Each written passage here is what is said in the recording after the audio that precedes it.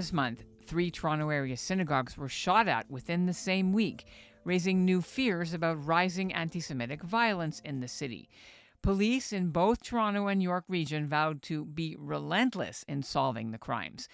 But for some legal experts, these attacks also raise another question.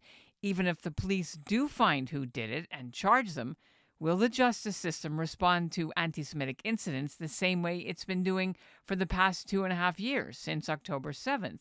For example, police in Toronto have laid hundreds of charges tied to protests, vandalism, and harassment targeting Jewish institutions and people. The Canadian Antisemitism Education Foundation's president, Michael Teper, has kept his own spreadsheets of 100 cases he's tracked in Toronto. His own results show that nearly half have had the charges withdrawn. That's not far off a recent report in the National Post showing about 60% of cases never reached trial. These include some of the highest profile ones, such as the Indigo 11, who vandalized the Jewish-owned bookstore in downtown Toronto in 2023 for the owner's support of Israeli soldiers. They got conditional discharges, or the charges were dropped. The 3 protesters who disrupted the Giller Prize ceremony, withdrawn. The Eaton Centre protest in and around Christmas time 2024, dropped. Public incitement of hatred at the Walk with Israel in June of 2024, dropped. The pro-Palestine student who hurled that 88-year-old Jewish man carrying an Israeli flag to the ground at Bathurst and Shepherd, after a plea bargain, her assault charge was dropped. She pleaded guilty to mischief. She got a year probation and was ordered to take anger management counseling and do community service, after which her criminal record gets erased. That sends a powerful message of impunity to those who would attack the Jewish community. It means that the laws are not taken seriously and that they can get away with it. And the extremists who have shot at the synagogues in the last week have taken that message to heart. I'm Ellen Besner, and this is what Jewish Canada sounds like for Monday, March 16th, 2026. Welcome to North Star, the flagship podcast of the Canadian Jewish News, made possible thanks to the generous support of the Ira Gluskin and Maxine Granovsky-Gluskin Charitable Foundation.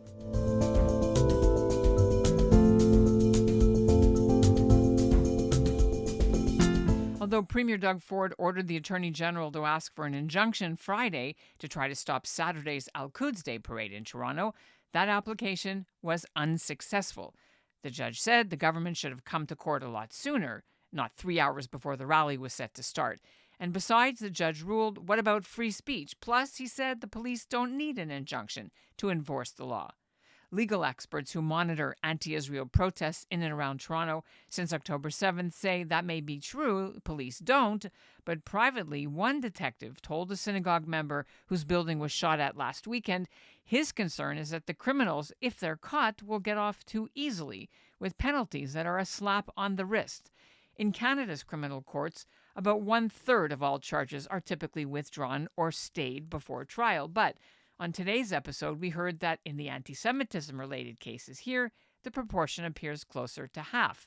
Joining me now to explore this are lawyer Michael Teper of the Canadian Antisemitism Education Foundation and also Rochelle Direnfeld. She's a former Crown prosecutor in Ontario for 32 years, now senior criminal counsel with the Alliance of Canadians Combating Antisemitism and the newly appointed member of Toronto Police Services Board's Jewish Advisory Committee. Good to see you. Good morning. Good morning.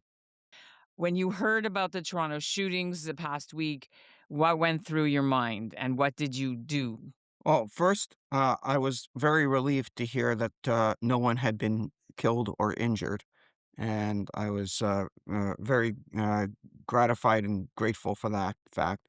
And I have to say that I was not shocked or surprised. I think that what happened on Friday night is the natural and predictable consequence of the environment that's been festering in the Toronto area for the last 2.5 years. Also, thank God no one was hurt because at the bite, there were 2 people that were in the synagogue at the time of the shooting, and there, but for the grace of God, one of them wasn't walking by the door because one of the bullets actually perforated through into the synagogue.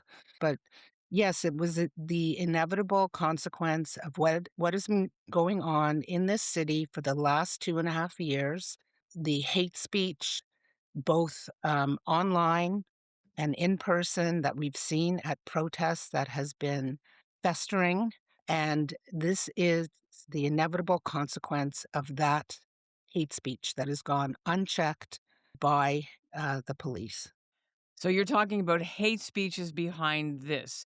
The police were saying that global events and the current heating up of the war between Israel, Iran, and the United States made them beef up their patrols and beef up their command posts because what happens over there translates into problems here in Canada. Does that ring true to you? So whenever things heat up in the Middle East, it always has consequences, and there's always a result of the increase in anti-Semitism in Canada. That's it, historically, that's what's happened.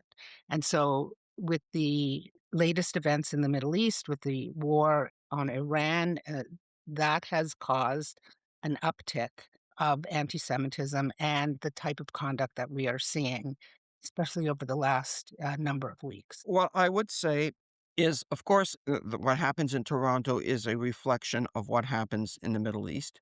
Effectively, Toronto has become a minor theater of the war. It used to be merely a propaganda theater of the war, but now it's turned into a situation where there are starting to become acts of violence, and I would even say low grade domestic terrorism in response to the wars in the Middle East. So why can't the police stop this? They've had 2.5 years throwing all their millions of resources into it.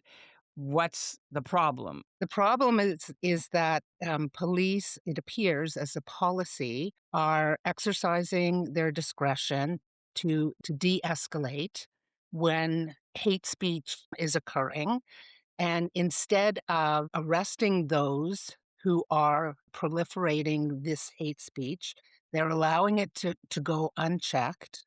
And in our view, there's a difference between de escalation, which is always a good goal in order to quell violence, but there's a difference between de-escalation and capitulation. And what we're seeing now, and what we've seen for the past 2.5 years, is capitulation.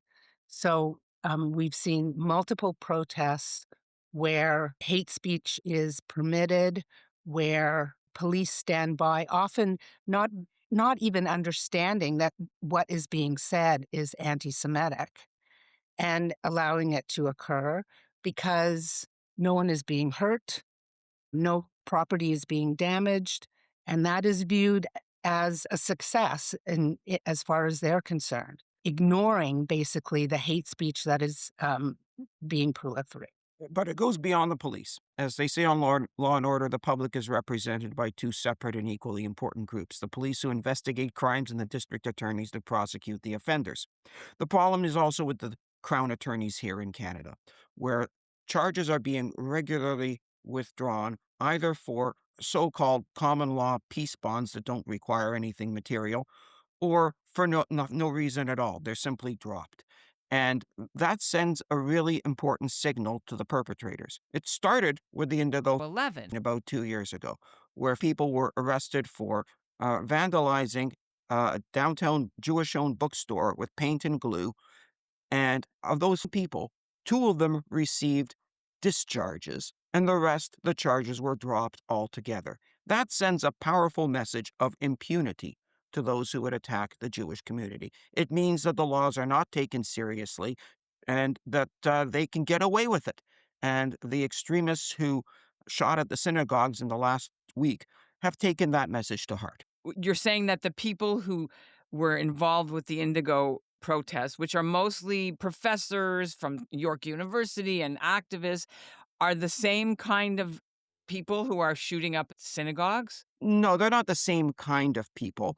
But what I'm saying is that the message that was delivered by our justice system to the left wing professors and activists is the message that emboldens these much stronger minded extremists that they can get away with it. What I'm saying is the effect on the first group emboldens and incites the second group to action. Rochelle? I agree that there's a connection in terms of the emboldening effect.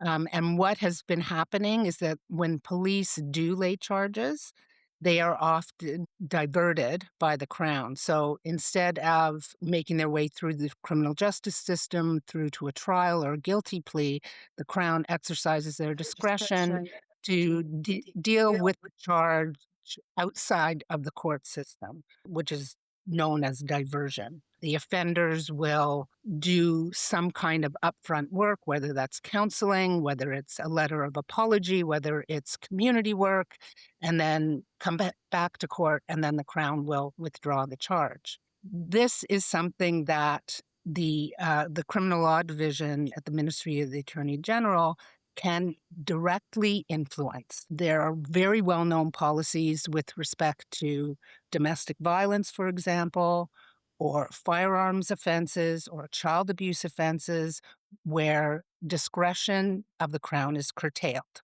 That is not happening, and that has not happened with respect to hate crimes. And why? There just seems to be no political will, and Crowns who don't necessarily understand the contemporary manifestations of anti-Semitism are diverting these charges because they tend to be low-level mischief, low-level assaults, low-level, threatening type offenses, and the Crown simply doesn't understand the effect that hate speech has on the community, and so deals with them in this way. And in our view, that's not an appropriate way to deal with hate speech. I would go a little bit farther. I've been keeping track of what happens to people who do get arrested at anti-Israel protests and who do commit acts of hate speech on the internet in Ontario and even across Canada and some of the other provinces. And I discerned the definitive pattern in the Toronto region, particularly, of hate speech and anti-Israel protesters having their charges withdrawn. And I compiled a list of 9 cases, and I submitted that to the Crown Attorney's Office about a month ago. And last week, I received a letter from the Director of Crown Operations that gave me the boilerplate explanation of what's in the Crown Policy Manual, and then summarily said he reviewed all the 9 cases and said everything's fine, nothing to see here, move on. I'm not very satisfied with that explanation. Can you read some of the things he said? There's not much actually that I can read to you because his analysis was very terse. He gave us the boilerplate explanation as to why charges get withdrawn. Decisions made by Crown prosecutors in respective prosecutions are based on strictly legal and objective criteria. In some cases, after careful review of the evidence and in consultation with the police, the prosecutor determined there was no reasonable prospect of convictions. In other cases, after considering the significant upfront rehabilitative work undertaken by the accused and other factors in the cases, the prosecutor determined that a peace bond resolution was in the public interest. The conclusions reached by the prosecutors in the cases you raised were not unreasonable in the circumstances. In other words, no analysis of the specific cases, no substantive discussion as to how and why the prosecutors exercised their discretion. Can you list a few of these people and the things they were charged with, just so we get an idea of the range of these things? There were 2 cases of willful incitement of hatred under Section 319(1) of the Code that took place at the Walk for Israel rally last year. There were several cases of forcible entry with regards to a Israeli-owned business, and there were multiple cases of mischief as well. 2 individuals were charged with public incitement of hatred at the March for Israel, not this past year, but the year before. And those charges were withdrawn. Public incitement of hatred is the only hate propaganda offense that doesn't require the Attorney General consent. Where the police lay public incitement of hatred likely to lead to a breach of the peace, then they're trying to prevent a breach of the peace. That's why they are laying the charges, and that's why they can lay the charge without the Attorney General consent. So in, the context of the March for Israel, these people were, in the one instance, the conduct was stomping on the Israeli flag, and the other instance wearing a jacket where, Jews have a bullseye on his back. Then the police saw that as a potential for breaching the peace and could have testified to that in terms of what was happening in the crowd, what the reaction was, and why they laid that charge. So, why, the Crown, of course, has the discretion always to withdraw the charge if they are of the opinion that in the circumstances there is no reasonable prospect of conviction, or it's not in the public interest to pursue the prosecution. That appears to have been what the Crown did in those two cases. The problem is that why did they make that decision? And the concern is that they didn't properly understand the contemporary manifestation of anti-Semitism, which is anti-Zionism. And so in both of those cases, this was, in my view, a failure to recognize that and an improper or an unjust exercise of discretion.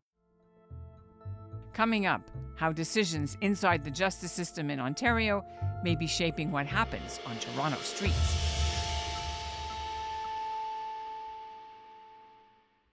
So when you're seeing this as a former Crown, and Michael, you track the cases, can we conclude that, all right, the police are laying their charges and then something happens in this murky part of the justice system, and then that's where the problem is not at the street level? It's a combination, because what happens in what you call, Ellen, the murky part of the justice system, where in the Attorney General's office, some lawyer ticks a box and withdraws a charge, that sends a message to the police officers in the street, which is there's no point laying a charge because we go through the process, we do the paperwork, and then the charge gets withdrawn and we have no say in the matter. So why would we bother even laying a charge? Why would we bother even arresting someone? Because we know that it's useless. That's the Rochelle, message that is gets that sent what in the your street. experience is that has happened in your old office? Well, I'm not going to speak about specific cases that I dealt with in my old office, but I think that this is a combination. It's both where police, are seeing and hearing hate speech, hate propaganda occurring, and they are failing to act. But when they do act, and then the charge is then withdrawn by the Crown, then that sends a message. That sends a message to like-minded people. It tells them it's okay to behave in the way that they have been behaving, that their conduct is normalized, that it's now appropriate to say the types of things that we've been hearing at protests. All Zionists are racist, all Zionists are terrorists. Jews are committing genocide. From water to water, Palestine shall be Arab. I mean, those things have now become perfectly acceptable because no charges have been laid in relation to that kind of speech. When the police do lay a charge, and then it's subsequently withdrawn by the Crown, then it's a double message to those people. Well, yeah, they're not going to charge us, but if they do, the Crown's going to withdraw it anyway, so I don't need to be concerned about it.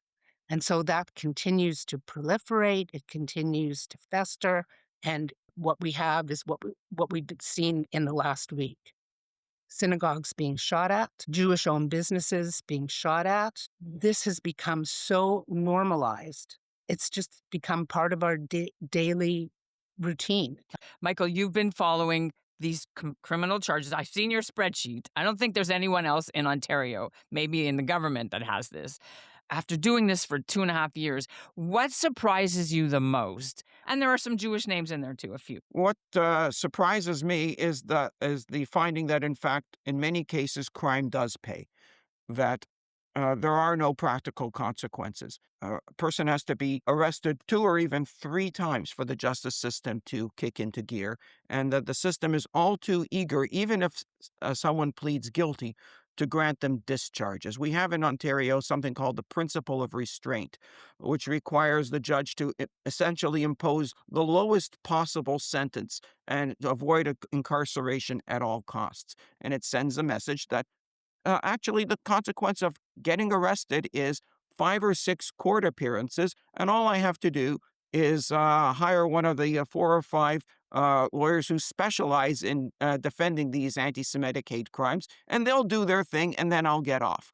And that, again, has an economic effect. It emboldens them, it encourages them, and it sends the message that the price for anti-Semitic hate crimes is low.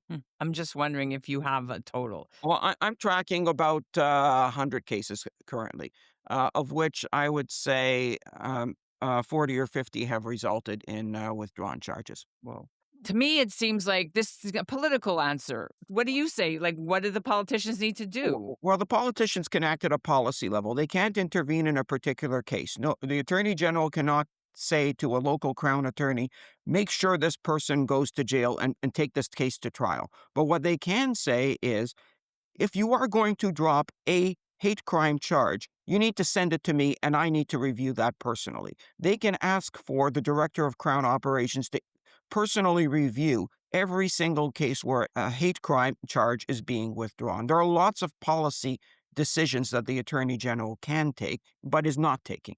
The other thing that they can do is they can make training mandatory for Crown attorneys so that they are versed on what the contemporary manifestations of anti-Semitism are, so that we can be assured that they do recognize what anti-Semitism is today. They can understand the distinction between protected speech and hate speech.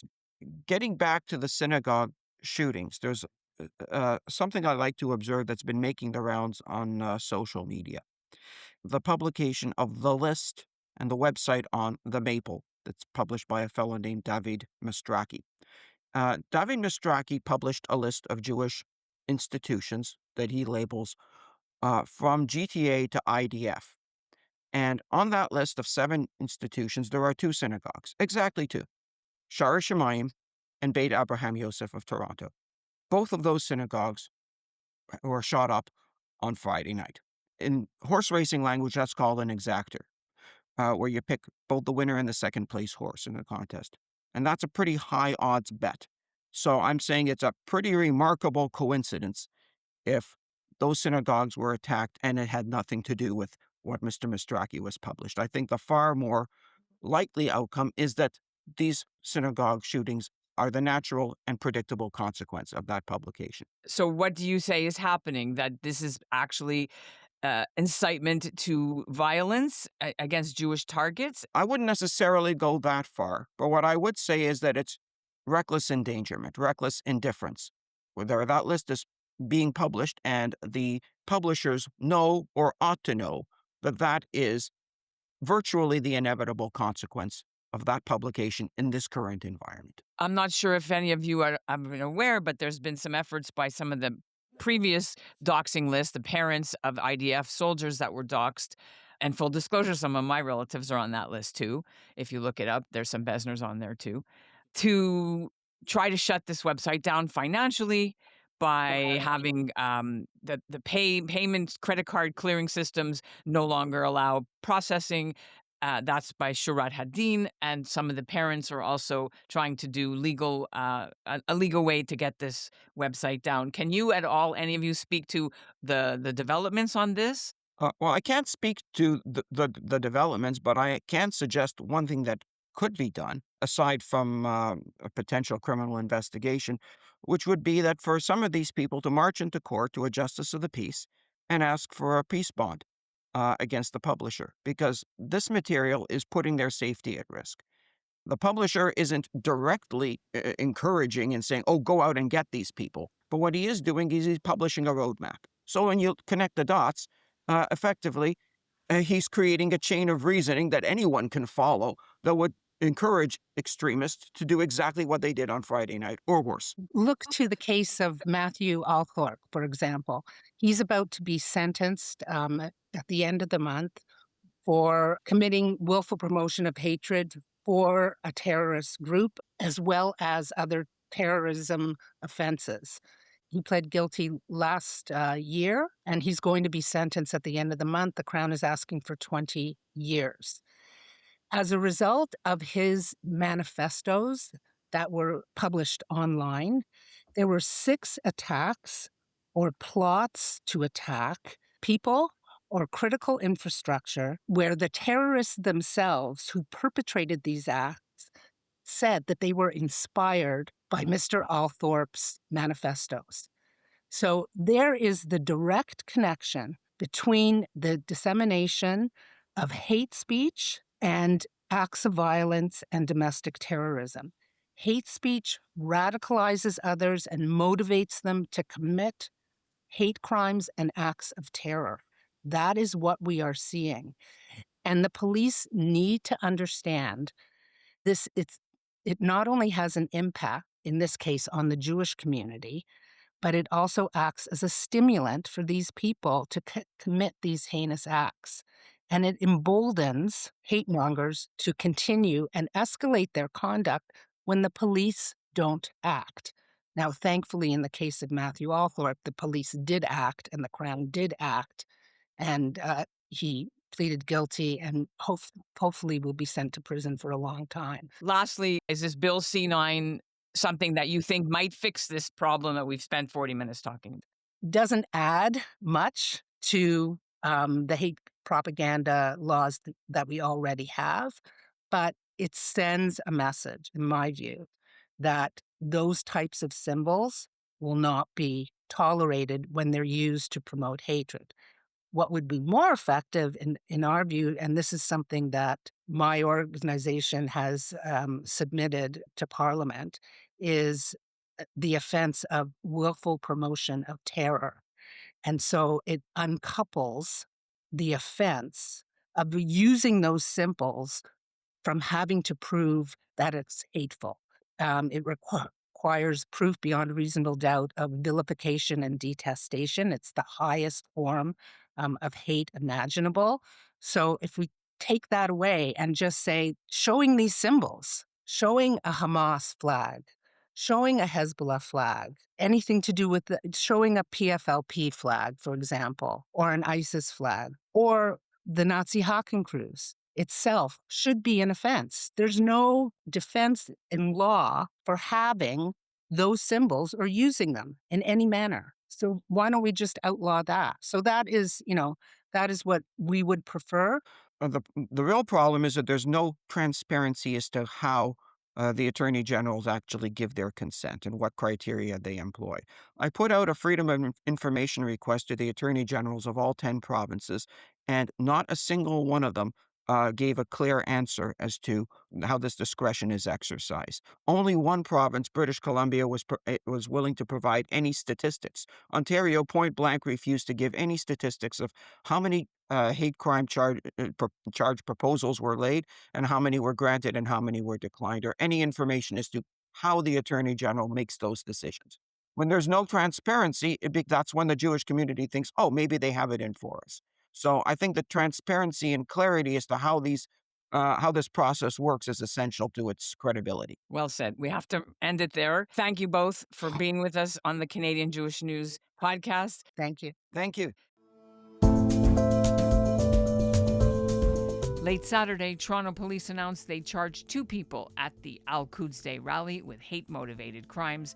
Both were counter-protesters, members of the Iranian community, opposed to the current Iranian regime, who allegedly attacked participants who were carrying regime flags.